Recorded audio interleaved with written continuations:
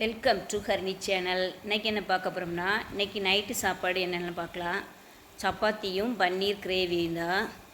அதுக்கு பன்னீர் க்யூப்பாக கட் பண்ணி ஒரு பேனில் போட்டு நெய் 2 ஸ்பூன் போட்டு நல்லா ரோஸ்ட் பண்ணுறோம். அதை பன்னீரை ரோஸ்ட் பண்ணி அது கிரேவியில் போடும்போது நல்லாயிருக்கும்.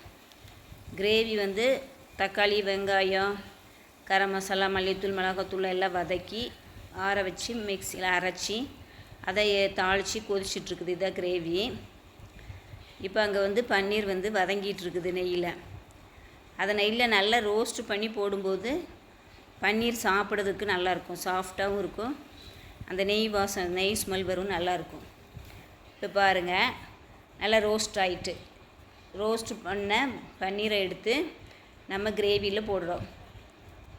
கிரேவியில் போட்டுட்டு நல்லா மிக்ஸ் பண்ணிவிட்டு ஒரு கொதி வந்தோன்னே இறக்கிற வேண்டியதான். அவ்வளோதான், கிரேவி ரெடி ஆகிட்டு. சப்பாத்திக்கு மாவு பிணைஞ்சி வச்சுருக்கோம். இப்போ சப்பாத்தியும் போட்டுடலாம்.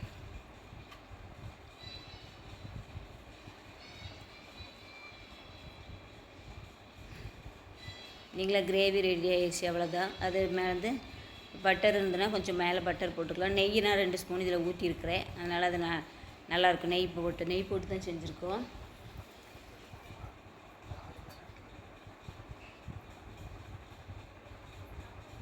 அவ்வளோதான். கொத்தமல்லி தழை போட்டுட்டு இறக்கிற வேண்டியதான். கொஞ்சம் கொத்தமல்லி தழை கட் பண்ணி போட்டு இறக்கிட்டோம். இப்போ சப்பாத்தி போட்டுட்ருக்கோம்.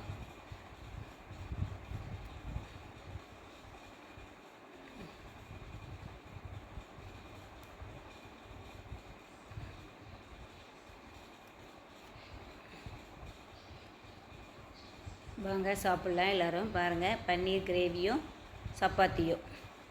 இதுதான் நைட்டு சாப்பாடு இன்றைக்கி.